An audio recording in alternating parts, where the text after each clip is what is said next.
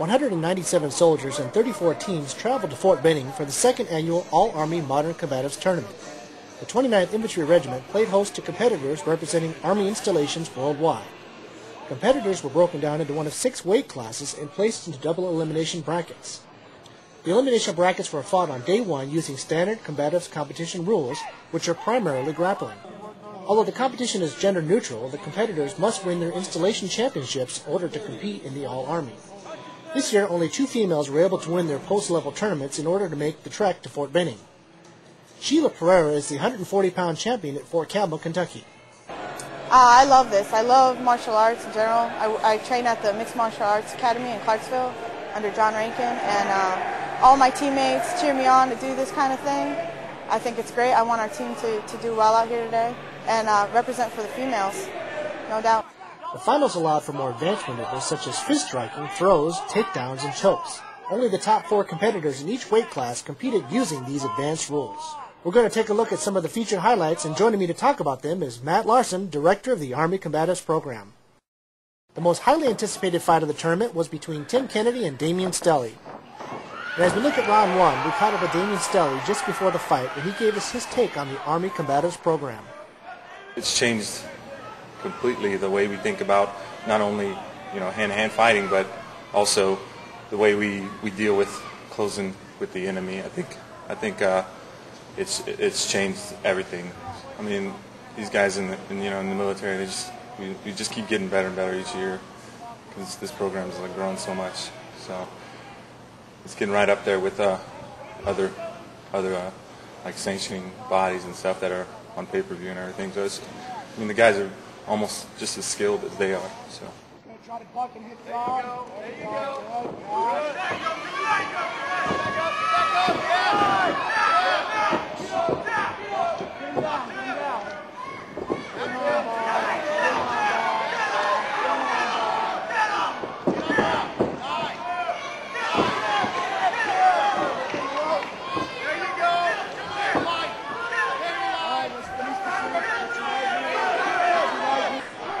We're going to take a peek into round 2 right now.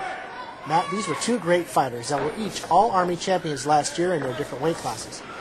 How is it they're fighting each other in this year's tournament for the light heavyweight championship? Well, both of these fighters spent a good portion of last year deployed to combat zones, Stelly in Afghanistan and Kennedy in Iraq. The bottom line is that Stelly thought Kennedy was one of the best fighters last year and wanted to cut his weight to face him. You can see it in both of these guys. The mark of a champion is that they would want to fight the best. I spoke with Kennedy after the fight, and he gave me his take on fighting Stelly and the All-Army Combatives Program. He was the heavyweight champion last year. I was a light heavyweight champion last year. I knew he was cutting down, and I knew it was going to be a great fight. The sport is evolving, and all of us as athletes are evolving. And I think the fact that we were bracketed on opposite sides and both of us fought our way to be able to come to the championship together just takes, again, shows the type of athlete that Stelly is, and also the promotion or the event that Matt Larson put on. Great in every regard. Matt Larson did a great job. The Combatives School did a good job putting on a show. So I think it just speaks for itself.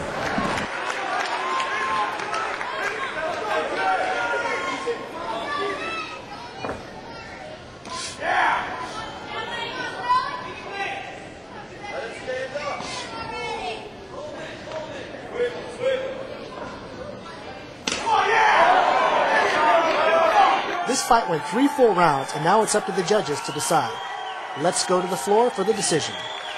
Ladies and gentlemen, your champion at 205 by split decision, Staff Sergeant Tim Kennedy! If I was Stelly and I was fighting me, that would have been the exact fight I would have fought. My plan was going to go in, knock him out, and I never got any room to do that. Every time I started teeing off for striking, he shot that running double and pretty much stuffed my game plan. He had 2 takedowns, I had none. In UFC scoring, that probably would have gone to him. In pride, that probably would have gone to me. So he's a gamer. He's tough. He's strong. He's powerful. He's explosive. He's a phenomenal athlete. He's a fantastic fighter, and he's an excellent soldier. So I wasn't surprised at how gifted he was as an athlete.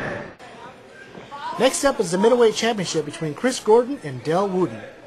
Chris Gordon is a paratrooper from the 173rd Airborne in Vicenza, Italy, and Dale Wooten is a Navy SEAL who is an instructor at the JFK Special Warfare Center at Fort Bragg. Now, Matt, what's a sailor doing in the All-Army tournament? Well, the rules of the tournament make anyone assigned to an Army unit eligible to compete. Dale is also here because he's trying to show the Navy that this type of training is related to their mission as well. In fact, there were 2 sailors in this year's competition, both from the JFK Special Warfare Center. We're hoping to generate enough interest to host an All-Armed Forces Championship in the future. Matt, you just so happen to be the referee in this fight. Tell me what's happening at this point. As Chris spun around on the armbar, Dale lifted him up to try to shake him off his arm. At this point, he was bracing his arm with his other arm so he couldn't tap out. He was looking me dead in the eyes when he verbally submitted.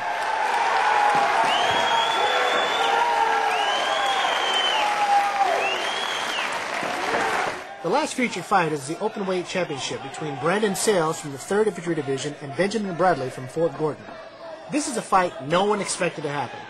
Alan is a Special Forces reservist from Dallas, Texas, and is also a black belt in Brazilian Jiu-Jitsu under one of the Machado brothers. Everyone expected him to run away with the tournament, but Sales beat him in the second grappling bout, forcing Alan to vie for the 3rd place medal.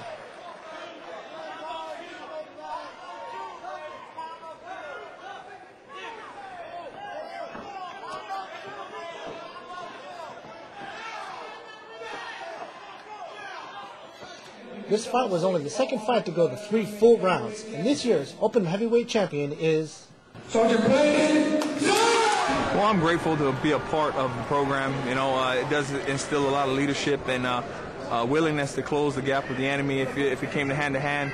Like Mr. Larson, you know, he preaches that a lot, and no one really realizes it unless they've been through his program. You know, a lot of people don't really understand it until they get there and they go through level 1 and they go through the clinch drill, which is a lot harder than everybody thinks. So I hope the sport does grow and the combatives program grows more and more throughout the Army. Hope more people realize that it's a very important part of instilling warrior leadership in our new soldiers, you know. The overall team winner is the JFK Special Warfare Center. Trophies and medals were presented by Fort Benning's Deputy Commander, Colonel Michael Lennington. Let's wrap it up with a look at the winners.